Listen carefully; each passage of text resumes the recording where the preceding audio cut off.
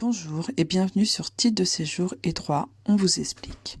Avec 13 ans d'expérience et de formation dans l'accompagnement des personnes étrangères en France, je vous propose des explications simples sur les titres de séjour et leur renouvellement, les régularisations, les refus et les recours, les changements de titre de séjour, la naturalisation, mais aussi des explications sur l'ANEF, l'OFII, l'examen civique, le contrat d'intégration républicaine et les nouvelles lois.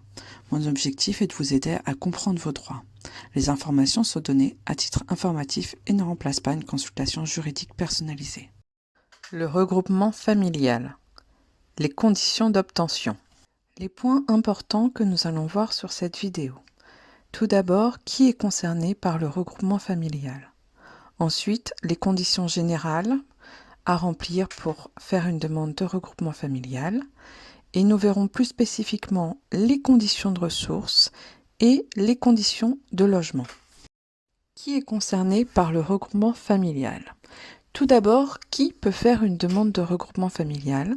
Ce sont les personnes étrangères non européennes vivant en France de manière régulière, donc avec un titre de séjour.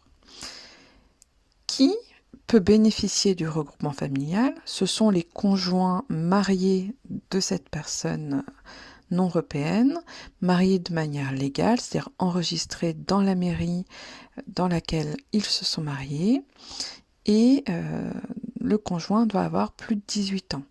Ça peut être également les enfants mineurs du couple ou de la personne étrangère, et les enfants mineurs du conjoint si l'autre parent de cet enfant donne son accord ou qu'il y a une décision de justice attribuant l'autorité parentale uniquement à l'autre parent.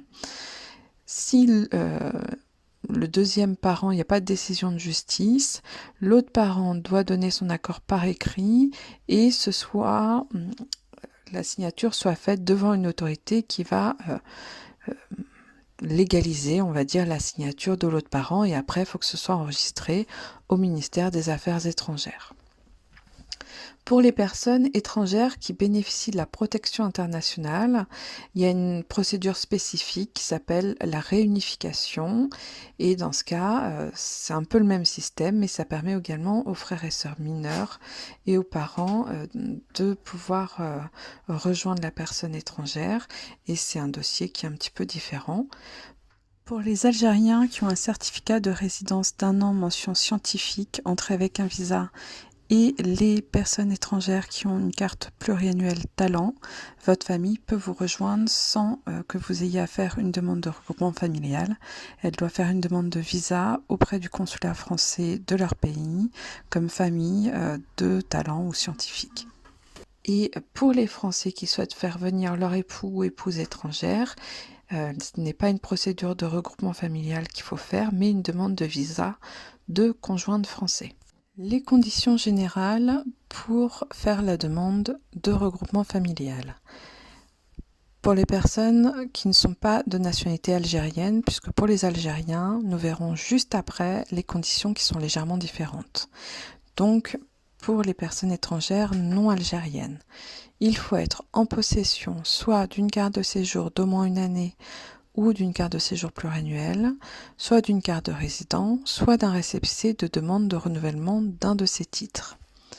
Il faut également vivre en France depuis au moins 18 mois de manière régulière, sachant que les récépissés de première demande, les APS, les visas long séjour, sont pris en compte comme un temps de présence régulière en France pour ces 18 mois. Il faut avoir des ressources stables et suffisantes, nous allons le voir un peu plus loin en détail dans cette vidéo. Avoir un logement décent, suffisamment grand, avec un nombre de pièces adapté à votre famille. Nous allons également le voir un peu plus loin en détail. Respecter les principes essentiels de la vie familiale en France, donc l'obligation scolaire pour vos enfants déjà présents et ceux pour lesquels vous souhaitez les faire venir en France, ne pas avoir de dette envers l'État, ne pas avoir de problèmes judiciaires, Et il y a également le respect de certaines conditions des membres de votre famille que vous souhaitez faire venir dans le cadre de ce regroupement familial. Ils doivent résider à l'étranger et ne pas représenter un risque de menace publique s'ils viennent en France. Alors, pour le fait de résider à l'étranger, il y a quelques exceptions où c'est possible de le faire quand ils sont déjà en France, mais nous n'allons pas l'aborder dans cette vidéo. Et pour le risque de menace publique, c'est l'ambassade de France, quand elle va faire l'enquête pour délivrer le visa, si la personne que vous souhaitez venir a eu des soucis de justice et que la France pense que ça peut poser problème en France, ça peut être évidemment pris en compte pour refuser le visa de la demande de regroupement familial. Les conditions générales pour les étrangers de nationalité algérienne. Il faut être en possession d'un certificat de résidence d'au moins 1 an, vivre en France depuis au moins 12 mois de manière régulière, avoir des ressources stables et suffisantes, nous allons également le voir de façon détaillée par la suite, avoir un logement décent, suffisamment grand, avec un nombre de pièces adaptées à votre famille, nous allons le voir en détail un peu plus tard, respecter les principes essentiels de la vie familiale en France, donc comme pour les autres nationalités, location scolaire, pas de dette envers l'État, pas de problème de justice, et également comme pour les autres nationalités, le respect de certaines conditions des membres de la famille, donc le fait de résider à l'étranger et le fait de ne pas représenter un risque de menace publique si la personne vient en France. Les conditions de ressources. Le montant des ressources qui vous sont demandées va varier en fonction de la taille de votre famille, celle qui est en France et celle que vous souhaitez faire venir. Les ressources vont être calculées sur la moyenne des revenus bruts des 12 derniers mois précédant la demande. Donc si vous faites votre demande au mois de décembre, vont être pris en compte vos ressources de décembre de l'année d'avant jusqu'en novembre de cette année. Si les revenus, si votre époux travaille ou votre femme travaille au pays et que cet argent va toujours être perçu quand il ou elle sera en France, par exemple elle a des revenus ou il a des revenus par la location de biens et cette location va continuer après son arrivée en France, ces revenus sont également pris en compte dans le calcul. Sont pris en compte dans les revenus, donc tout ce qui est travail salarié ou non salarié, le patrimoine, la retraite, toutes les ressources liées à une forme de travail et les biens personnels de la personne. Sont exclus les prestations familiales, le RSA, l'ASPA, l'ATA, l'ASS et l'AER. Ce sont différentes prestations. Si vous êtes bénéficiaire, vous saurez ce que ça veut dire. Sinon, c'est que vous ne les avez pas et donc la question ne se pose pas. C'est des différentes aides financières. Le montant moyen des revenus doit atteindre, donc comme je vous disais au départ, ça dépend du nombre de personnes qu'il y a dans votre famille. Donc est pris en compte vous, si vous avez des enfants ou une femme en France, elle est prise en compte et donc le nombre de personnes que vous voulez faire venir. Donc imaginons vous vivez en France seul et vous voulez faire venir votre femme et 2 enfants, vous serez considéré comme 4. Vous vivez en France avec un enfant et vous souhaitez faire venir votre femme et un enfant, vous serez également considéré comme 4. Donc le montant est pour 2 à 3 personnes, vous y compris le SMIC brut mensuel, soit à l'heure d'aujourd'hui 1867 € et 2 centimes. Donc c'est une moyenne à avoir sur les 12 derniers mois. S'il y a des mois où vous avez touché 3000 € et des mois où vous avez touché que 1700 €, ça va pas poser de problème puisque sur la moyenne, vous serez à plus de 1867 €.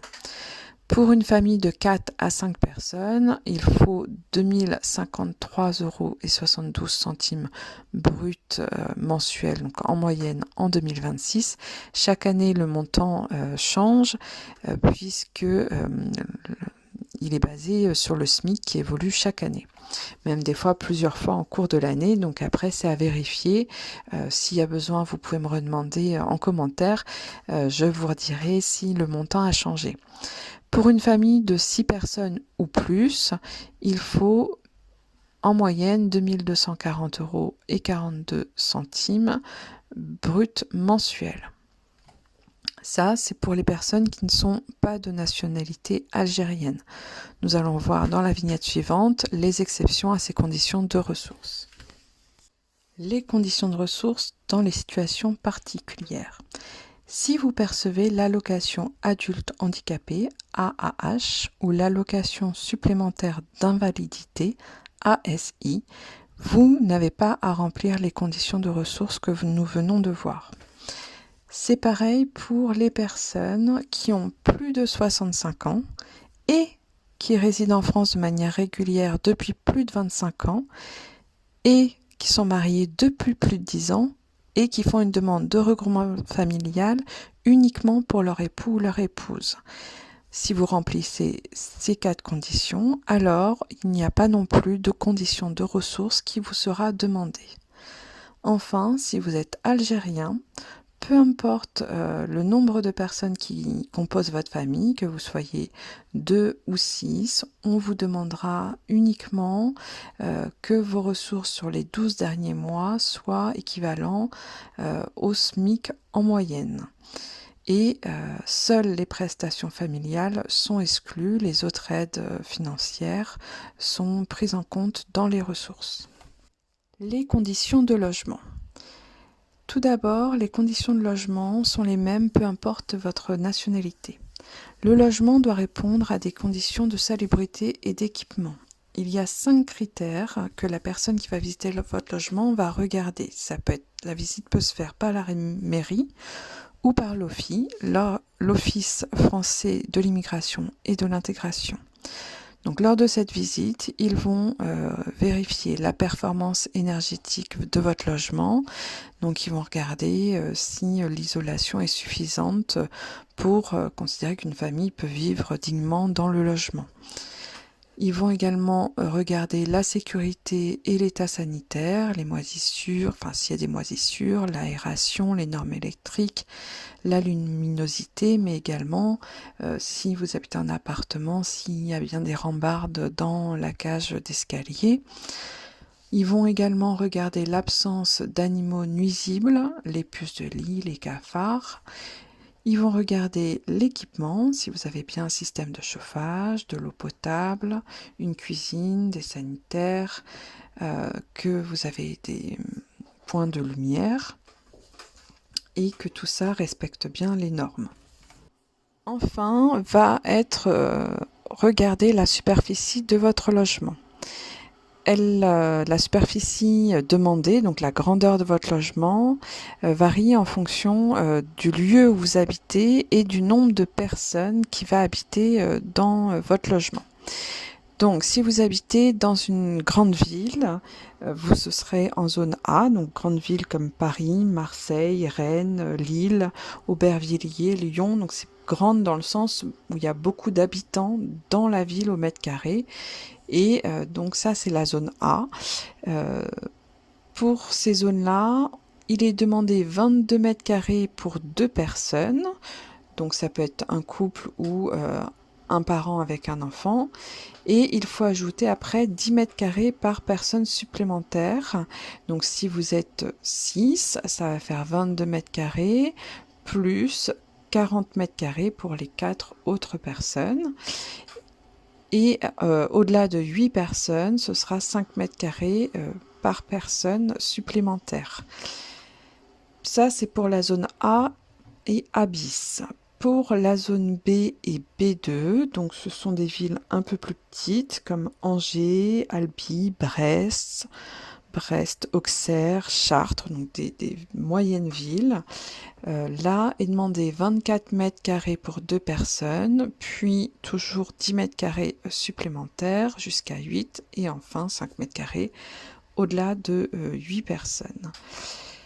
Pour les zones C, donc ça c'est les villes en campagne, il faut 28 mètres carrés pour 2 personnes, puis comme pour les autres zones, 10 mètres carrés supplémentaires jusqu'à 8 personnes et 5 mètres carrés par personne pour plus de les personnes au-delà de 8.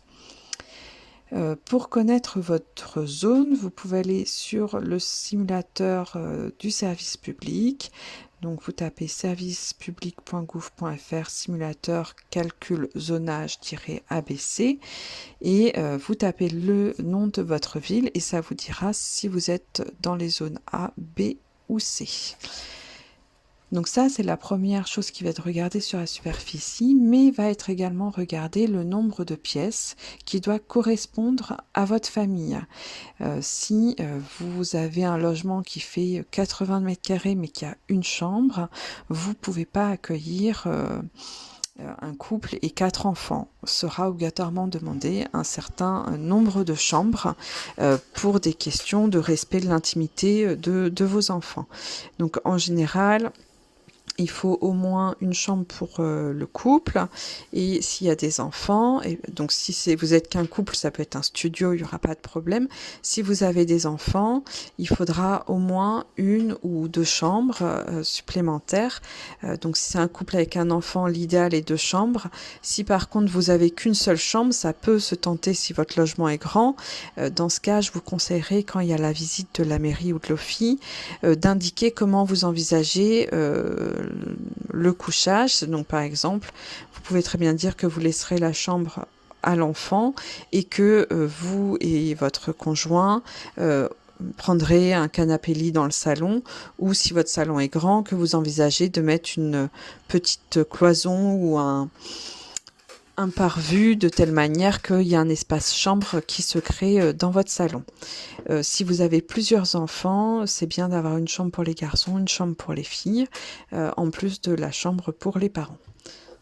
Voilà, nous avons fini la vidéo sur les conditions à remplir pour une demande de regroupement familial.